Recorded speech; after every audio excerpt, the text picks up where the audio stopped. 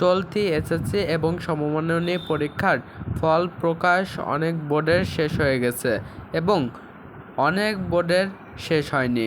কোনগুলা বোর্ডের শেষ হয়েছে, কোনগুলা বোর্ডের শেষ হয়নি এবং রেজাল্ট কবে প্রকাশ হবে এই নিয়ে শিক্ষামন্ত্রী কি বলে, এটা আজকে বিস্তারিত আলোচনা করব।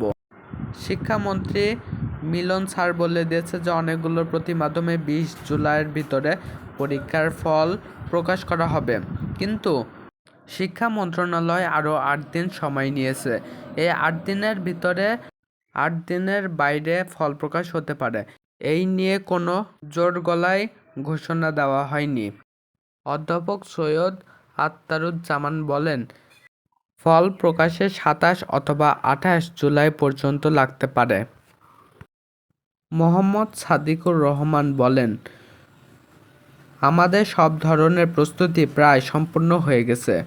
এখন সরকারের পক্ষ থেকে ফল প্রকাশের তারিখ নির্ধারণ করা হবে, তবে আশা করছি এই মাসের মধ্যে ফল প্রকাশ করা যাবে।